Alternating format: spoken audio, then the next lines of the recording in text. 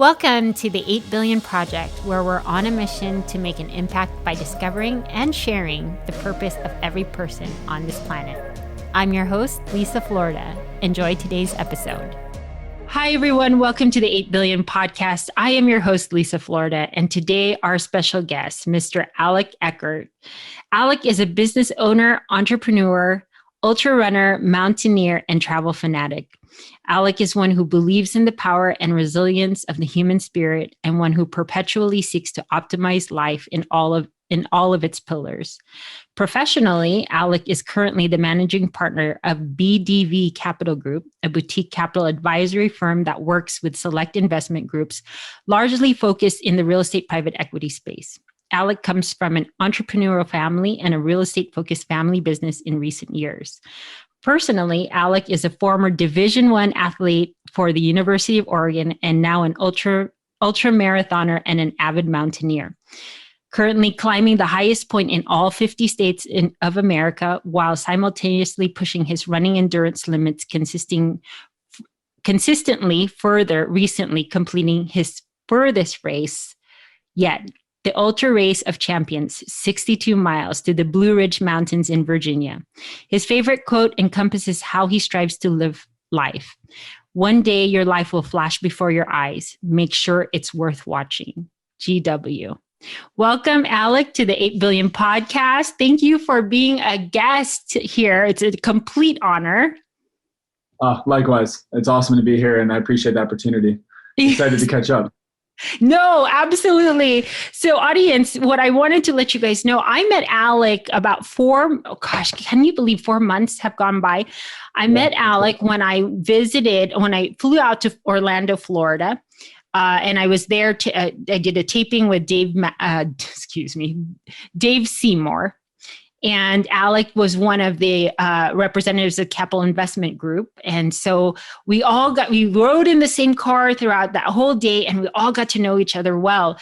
But one of the most incredible things at the time that he was yet to accomplish was an ultra race of 62 miles. Since that time, I think it was the first weekend of May, Alec, you completed that. May 1st.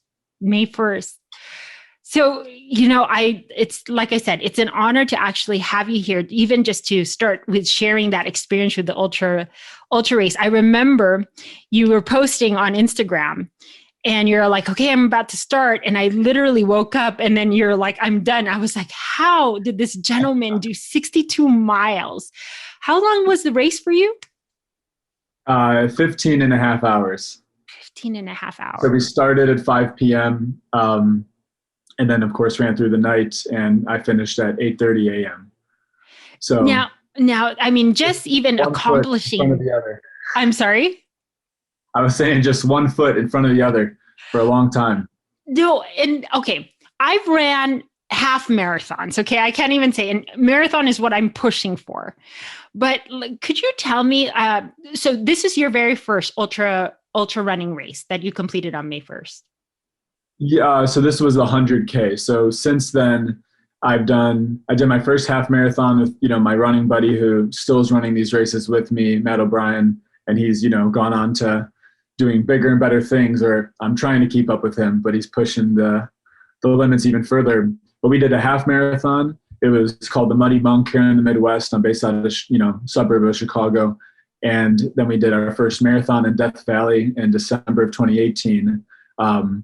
That was by far the most eventful experience yet.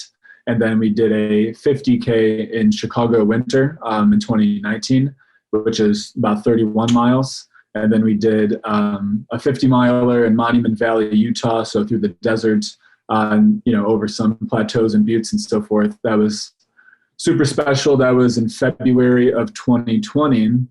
And then, this was May 1st, 2021, 100K. 62 miles through the Blue Ridge Mountains in Virginia. And then we both are hopefully gearing up for a 100-miler later this summer. So just continuing to push it further. It's been a complete buildup. Yeah, very much so. For the last probably about 3 years, you would say? Yeah. 2016 fall was when I did that rather impulsive half marathon. And then ever since then, And the original inspiration, came from, a time of major transition in my life in 2016, listening to a couple of podcasts, inspirational stories. David Goggins was one of them, back on Team Never Quit in 2016. So really at the beginning of him sharing his pretty insane story. And I got introduced to the ultra marathon world and just had no clue what it was about. Prior to that, I was lucky enough to sprint in track and field in college. So, I was running 100 meters, 200 meters, maybe 400 meters at a time, but never, even over a mile. And then, big life transition occurred in 2016 and kind of changed how I looked at a lot of things, and heard about the ultra running world, same time as I heard about the mountaineering world in a sense, and just got super intrigued and thought, 100 miles is rather ambitious, but we'll take it kind of step by step and, do a half marathon, do a marathon, and really just kind of keep going up the ladder until we're, at our limits, if that point comes. Right. So we're still building, but this 100K was super special. Yeah, I can imagine. Now, you said 2016, so it was a major life change for you, because I remember what inspired me to actually run the half marathon was my mother's passing. And so what I decided was to pour so much of my energy and, there's so much healing involved when you lose a loved one. And so that's where, and what I was wondering is, and I know that it doesn't need to be major life changes, but a lot of people ask me, how did I accomplish it? And at one point for me, it stops being about the body, right? It starts going into the mind. And I've heard this many times. Totally. Could you, especially for someone who's ran 100K, is it completely like a mind? Does it become more of a mental part, or is it wholly, or is it mostly a mental thing? Yeah. From my personal experience, and I think most that have run these distances, if not far further, it's far majority mental, and then, physical second. Of course, you have to be properly trained. But, a lot of people think we're running these races, the entire time, like we're literally running the entire time. And that's not the case. Pretty much after a marathon distance, for the most part, maybe after 50K, more so, it really becomes about, can you sustain, and endure X amount of miles looking forward? It becomes more of an adventure, more of a journey. And there's a lot more factors that are then focused, are brought into focus. And so, yeah, the mental component's huge. And again, too, like I have a lot of people around me that see me do these things, and yet they 1000% do not want to ever attempt, to run 100K, let alone anything further. And I totally respect that, because again, I think, in one respect, everybody has their own Everest in a sense, right? Mm-hmm. It doesn't matter what it looks like, but everyone has their own goals and ambitions. And I think, a half marathon for somebody that, just has always sought to do that, and that's the furthest they want to go, is a tremendous accomplishment, equally to the same person that nowadays is running, 200 plus miles. But what I think the main thing is that you have to have a deep inner drive and personal why for doing these things, or else when it really does get tough, and especially in these longer races, you are provided the opportunity to really, dive inward and, in a sense, kind of find out why you're doing what you're doing, right? Mm-hmm. It's all relatively easy when you feel great and you're excited and there's a ton of people around and you start the race and your energy levels are high. But, fast forward 20, 30, 40 miles. And, this past race, it was 2 a.m, been running for 7 hours by that time. We're 40 miles in, and, this past race had north of 20,000 feet of elevation change. So more than about 10,000 feet of elevation gain. That for anyone that's climbed mountains is probably 2-3 times the standard elevation gain of climbing a 14er in Colorado. And so, and I just put it into perspective because, needless to say, when you're, again, 30, 40 miles into the race and middle of the night, your body doesn't want to consume any more food. You've got 1,000 reasons to just stop what you're doing, unless you have that deep inner drive and, firm understanding of why you're out here in the first place, it's going to be really tough probably to keep pushing forward. So I don't think many people even get into these types of experiences if they're not looking for something greater in life. Well, we'll get to your deeper why, but take me through the race. Now, in my case, as a half marathon runner, my wall is around 10, maybe around the 9 to 11 mile mark. Cause then once they say like you're at that home stretch, right? You're just like, just get me to the finish line. Okay. So for you, and I can imagine when I talk to marathoners and that's what, 26.2, their walls are around 18 to 23. As an ultra runner, I'm assuming, and you had just said it minutes ago, around 30 to 40 miles, you're like 2:00 in the morning and you're 7 hours in. Now, have you taken a break at that point? I have not yet. This past race definitely was the toughest yet. I went through my biggest struggles around midnight to like 3 a.m. Heading into this race, one of like my personal wants or just wishes before the race was to not be left totally alone for, a good portion of the middle of the night section. Because then I'll just be wandering through the mountains, by myself, staring at my headlamp, and, it becomes a tougher challenge, I think, in many regards, at least personally. And of course, as life would have it, that was definitely my path. That race is I was pretty much alone from like 11 p.m. all the way till I finished the race at 8:30 a.m. So, just lots of challenges. I'm like, I don't even have my next question to you. I'm all like, just keep talking, Alec. I can only imagine, right? There's a lot, I'm sure. And that's something I try to keep in perspective is, now that I've got so much into this ultra running world, a lot of stuff has become rather commonplace, but I'm sure obviously it's not to, the average listener that, maybe doesn't even know about ultra running or, let alone was kind of where I was at in 2016 and found out there's a world that goes far past the marathons. Yeah. But, to your question on the wall, it's interesting, when, again, just from personal experience, when I was training for the 50 miler, for example, and most races past that, I think most people do not run 50. So take a 50 miler, for example, most likely you're not going to run 50 miles or, maybe anything close to that before the race. Absolutely. So, and again, I think the same could be said obviously for half marathon and marathon training. So, and because there's a lot to say here, but there's a great book called Running with the Kenyans, and it's an author, and I, unfortunately forget. You mentioned that when we first met.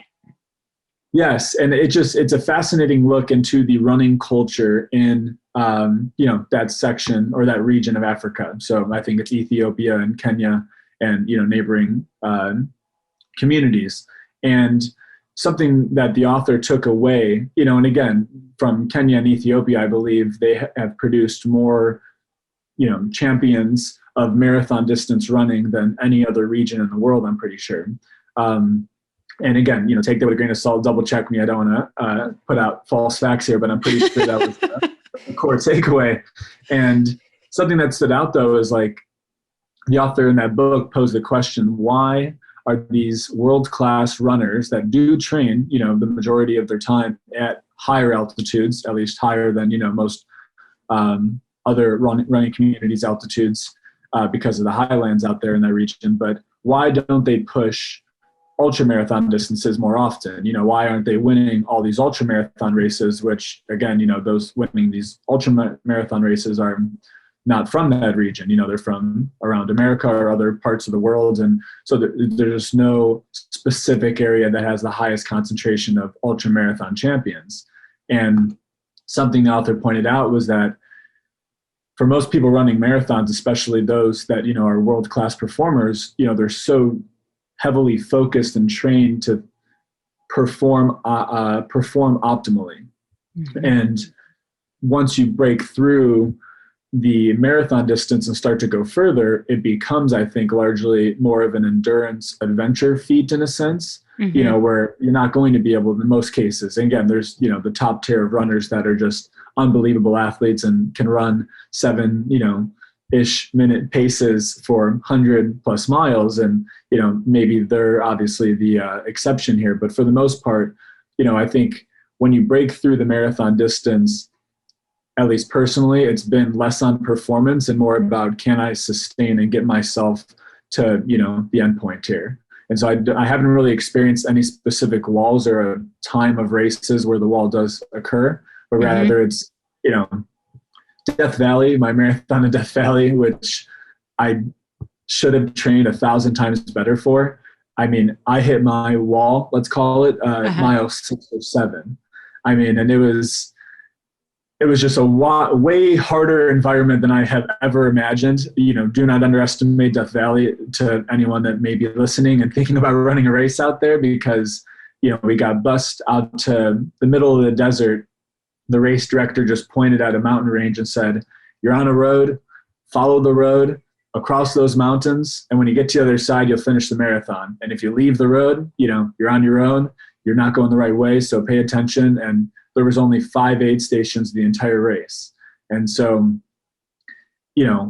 there was how many miles was Death Valley? 26.2. So it was a trail marathon. So it was a full marathon, but the conditions, right? So Death Valley, and then it also ran in the middle, like through the evening and into the morning? That was, every other race has been start in the morning, run through the day. And again, it was in Death Valley in the summer. So for anyone thinking, there's a very famous race. Yeah, so there's a very famous race called the Badwater 135, which is a 135-mile foot race through Death Valley in the summertime. And the race is, by many accounts, one of the hardest races in the entire world. Temperatures at that race going through Death Valley in the middle of the summer, specifically at the low points of Death Valley, I've heard temperatures can reach north of like 120 degrees out there. And it's so hot that runners have to bring sometimes multiple pairs of shoes because the blacktop's heat will melt the soles. It's so, it wasn't that, but mine was a trail marathon through a mountain range in Death Valley. And, we started at 2,000 feet. We went to 5,000 feet, and we finished, literally at sea level in the desert. But my point to the wall comment was, by mile 6 or 7, we were going up the, foothills of this mountain range, and the terrain was just so unlike what I've trained here in Illinois. So my body and my feet and, a lot of different muscle tendons were really, really challenged, so bad that by mile 7, 8, I was cramped up completely, went to a very bad place. I mean, had to lay down for a second. It was a very rough experience, and that pain and those cramps did not dissipate for the entire rest of the race. And Death Valley in itself is a major life story for me because, that race I give a lot of credit to that race for truly changing my perspective in a very fundamental way that, is now leading me, on the current path I'm on. It took a lot away from that specific experience, but of course, to tie it together, looking forward 50 miles, 100K, 100 miles soon, I think there's multiple walls. And the doctrine of ultra running is not that you'll be able to go from point A to point B with no problems. It's literally inevitable that you're going to go through a lot of problems, a lot of struggles, a lot of unexpected challenges that'll arise. And, obviously, how do you overcome those? And it's not just one, but, literally this last 100K, it was, one every few miles. And so that's what I can only imagine. You're constantly. I can only imagine that. I mean, I feel like running the half marathon is just a little warm up for you guys. It's just oh, great! I finished what was this? Not even 1/3. It's 1/6 of this race. Now, let me ask you. You're saying the big why. Would you mind sharing what your big why is? And does it change every race? You know what I mean? Or, if you mind great. sharing with the audience, because it does, it takes, many people are doing it. It just takes, it's just an incredible and extraordinary accomplishment. So, I'm wondering in your mind, what, or someone like yourself, what would be a big why for you? And you're such a young man, you know what I mean? Like my big why was inspiration because I lost my mother. So I was going to do it. And like, flashes for me of like her being, her in the hospital, those were the things that drove me. But I know I'm only one of thousands of runners, Some people haven't had the experience of losing a parent. What would be your, if you don't mind sharing with the audience, what is your big why? Happy to. Unfortunately, similar to your why, it sounds like, so I lost my dad to cancer in 2016, and grew up in a very close family, still incredibly close to date, a very entrepreneurial and athletically focused household. And so growing up, sports was an entire way of life. My dad, played football and hockey at Northwestern, and took hockey a little bit further after that. And, my brother plays football for University of San Diego right now, and my mom's athletic. And growing up, like, that was a way of life. And then fast forward, I was playing football at Oregon at the time, 2014, 15. My dad got diagnosed with stage 4 cancer in 2014. Fast forward, he unfortunately passed in 2016. And that was really that was my 180 in life, right? Is I left football, I left college, I came home, I inherited a family business at 22 years old at the time, not, formal business background to say the least. And, I've tried to make sense of everything on the business front since that moment by seeking mentors and, trying to put myself around people that I think are much smarter and embody a level of success that I am actively seeking looking forward. But the same principles applied on the athletic front and the adventure front is, I saw what my dad endured for 2 years, stage 4 cancer, never complained, his spirit never wavered, the most optimistic, uplifting energy I've ever been around. And, again, like, my mom's the same way, my brother's the same way. I have, the utmost credit to give to my family because, those principles were instilled before, my dad endured cancer. And then unfortunately his passing, his legacy was put in place immediately, if not, has been there for a long, long time, even while he was moving and shaking. And so when the torch was passed, to myself, my mom, and my brother, personally, I sat back, I recognized what I just saw, in the last couple of years. His endurance and resilience was, I can't even put it into words. It was inspiring in every fiber of that word. And so moving forward, I was super inspired and, now driven, one, to, make the most of the opportunities that are here, and will come looking forward, but also to make the most of the scenario. And from that moment and still to date, and probably till the day that, my time on this beautiful planet is over, I will be highly driven by a sense of urgency to make things happen. And whatever that looks like, again, it's, you referenced in the bio, and I'm definitely super passionate about this topic because I saw it, firsthand at a young age. And now looking forward, it's not enough. And I'll bounce around a little bit here, so bear with me. I'm going to bring it full circle.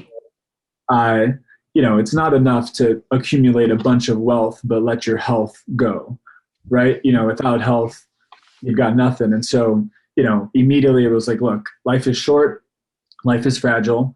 I want to take a super meaningful, deep introspective approach to who am I? What do I want to do? What do I want to accomplish in this lifetime?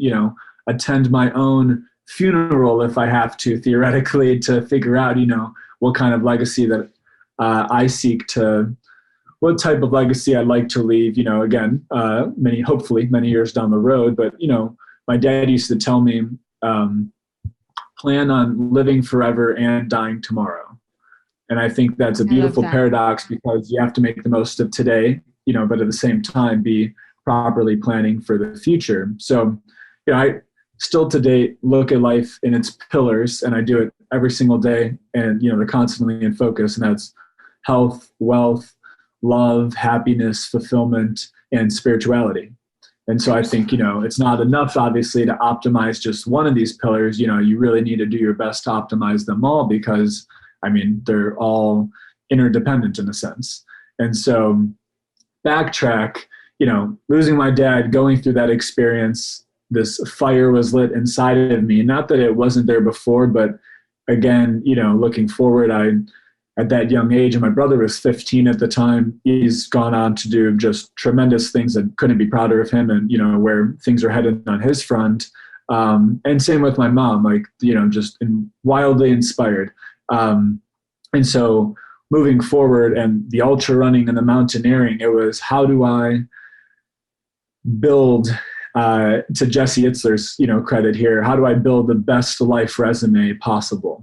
How do I just invest in experiences that I think, again, they may not be comfortable at first, and that's, the epitome of mountaineering and ultra running, and, doing other business related experiences, I'm sure for many entrepreneurs, but yeah, how do you invest in experiences that may not be the most comfortable to date, but they can be invaluable and wildly worthwhile looking forward?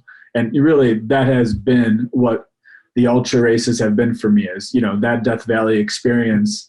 I learned more, getting absolutely broken by mile 7 and then figuring out and going to a, deep inner place. And it's one thing to think, your why, but then to put yourself in an uncomfortable position and then actually be faced with the opportunity to say, now is the time where it is incredibly hard. You have every reason in the world to stop. What do you choose then, right? And so I encountered that and luckily persevered in Death Valley. And ever since then, it was that was the most wild life experience. I felt like I've gained a year of wisdom just from that race alone. And every other race has very much been like that.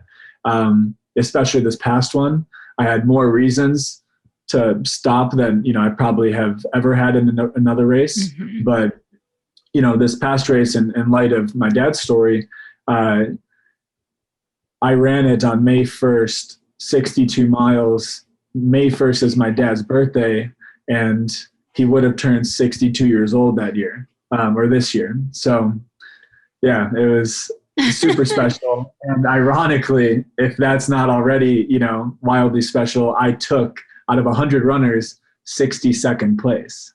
Oh. And so, just your father was there. And Alec, congratulations, because there's only 2 podcasts that have been so poignant, and they have had for me. This is my second, and I'll tell you why.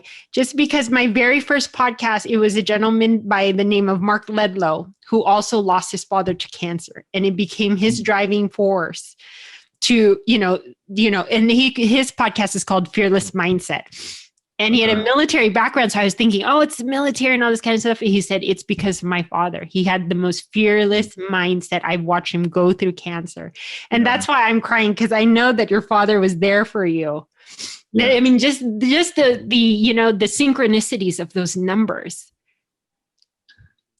Yeah, right? it was. And I'm sorry to really interrupt you. I'm just in tears. I think this is the second podcast I've ever cried in.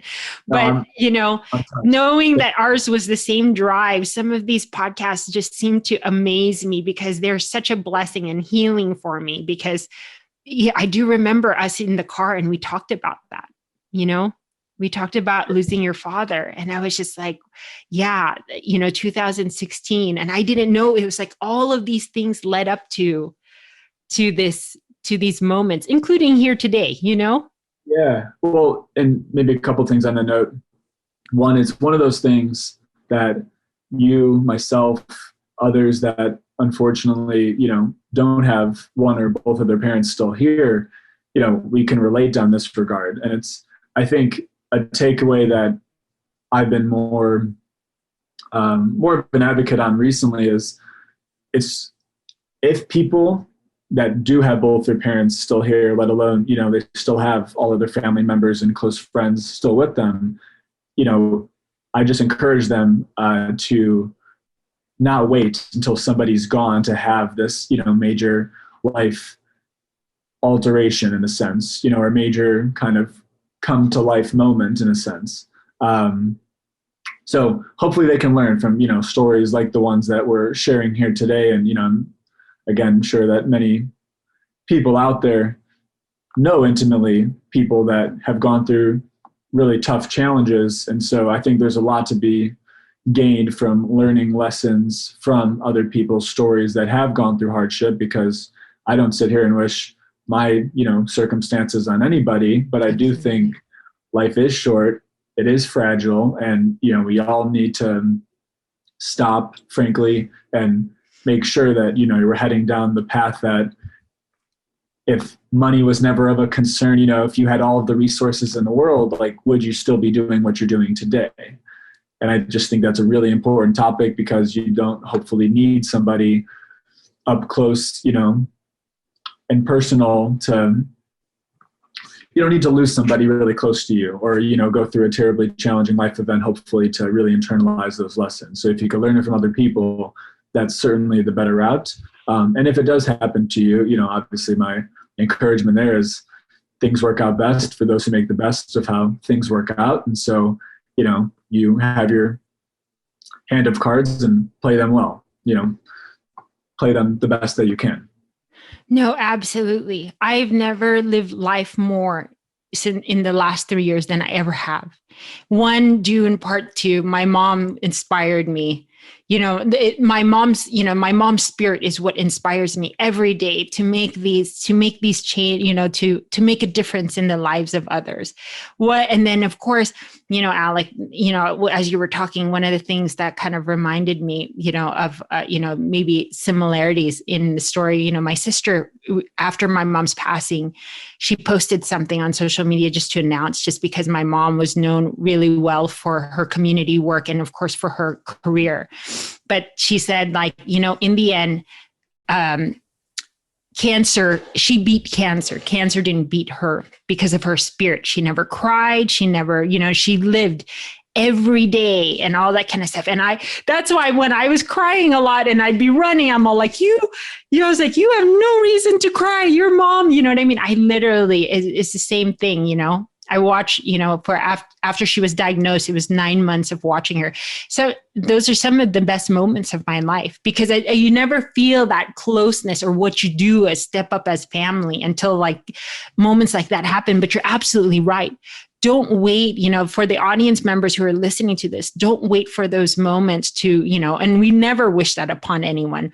Don't wait for those moments for someone so close in order to enjoy these moments in life, live life to the fullest, I couldn't agree more. And that's so powerful and beautiful with your mother's spirit. And I mean, those are the most meaningful experiences of life, right? Is when you do witness one another that you're close with go through tough times, but you see the power of the human spirit and the resilience.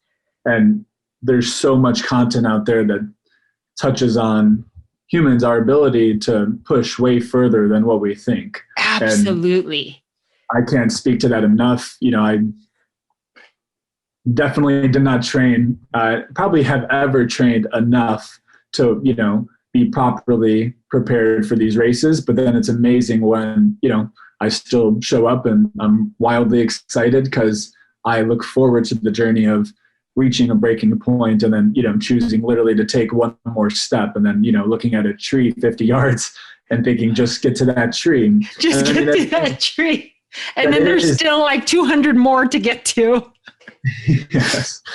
And I try not, and that's a great point, right? Is these massive goals, don't get too intimidated by how grand they seem, break them into smaller pieces and, just win the moment, right? So just take that next step, get to that next point, keep it realistic, but understand that a lot of small wins done consistently add up to massive gain over the long run. Yeah, no, absolutely. That's all it, you have to take those small wins. Even like me, both you and I have real estate family, backgrounds in real estate, right? And to go into live streaming and podcasting was so different for me. I could have never seen it.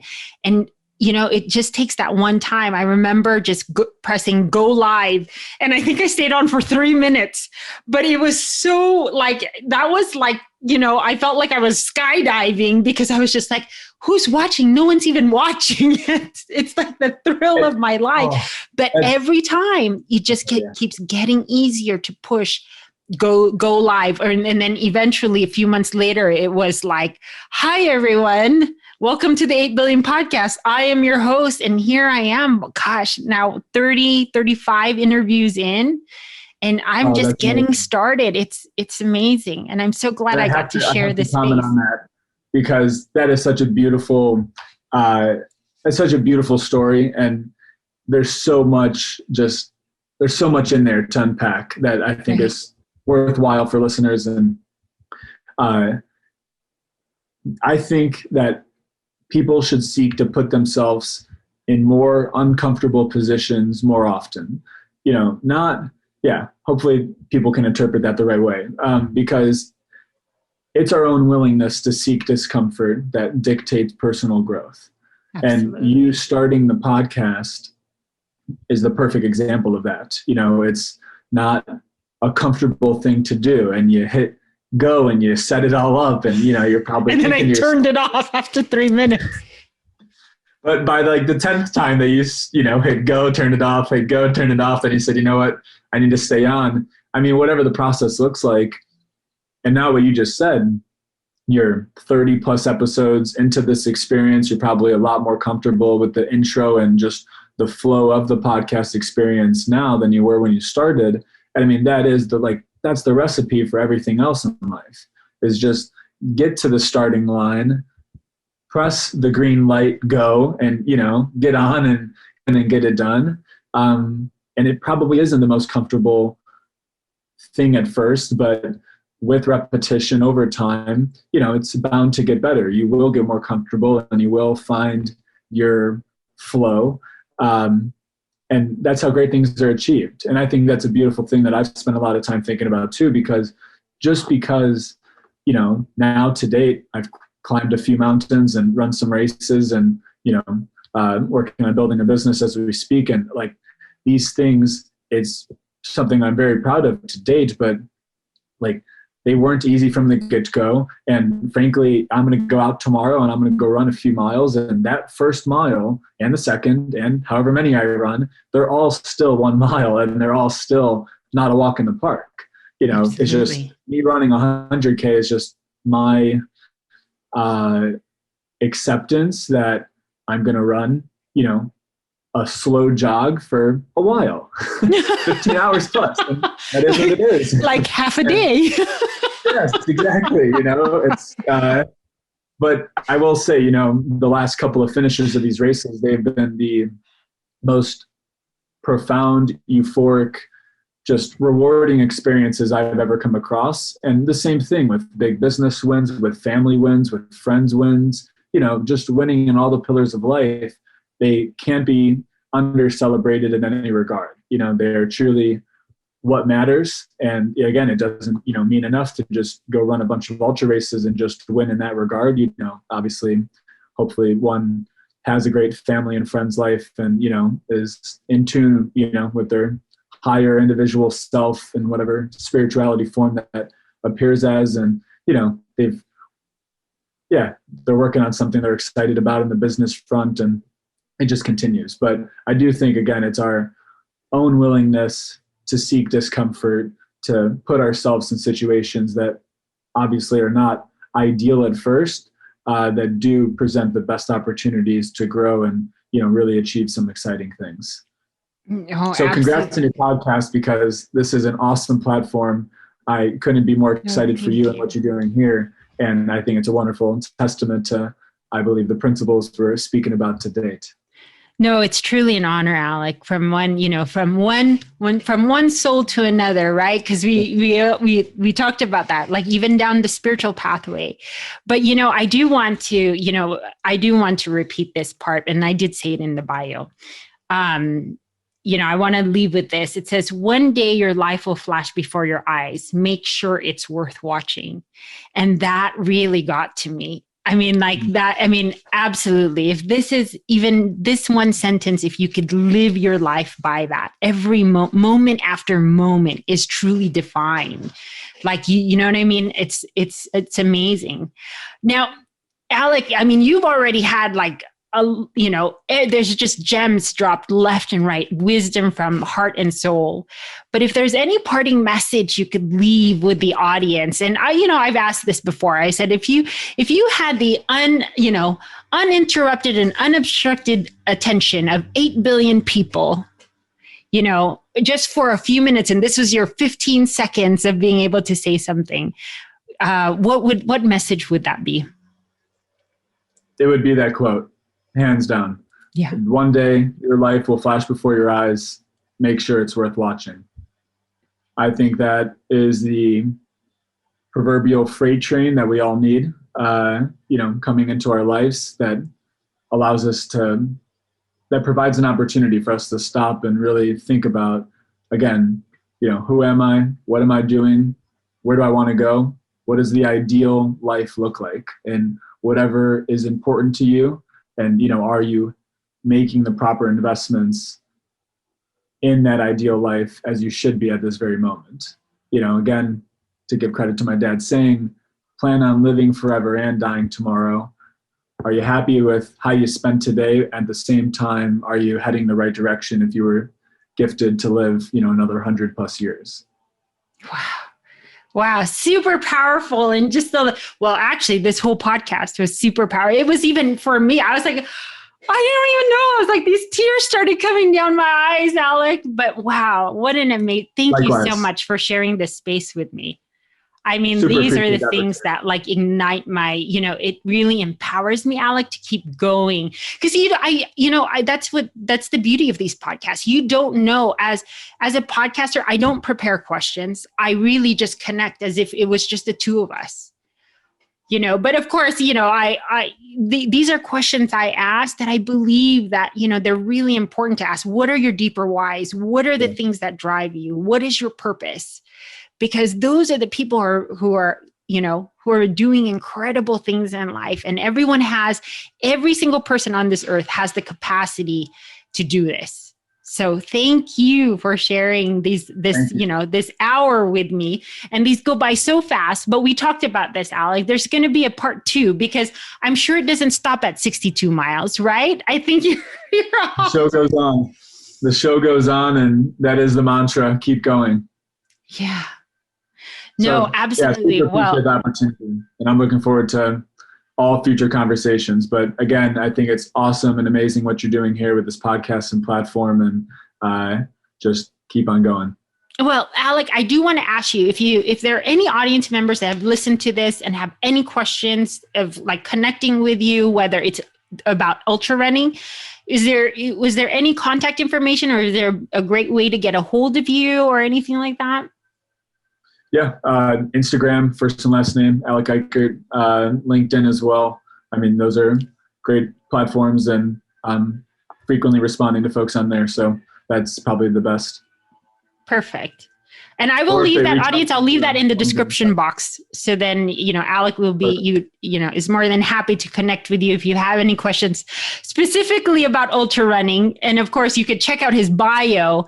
And on LinkedIn, he's a man of, many talents. But thank you again from the bottom of my heart for sharing this time with me. And I absolutely look forward to this next time we can connect again. Thank you. Yeah. Awesome.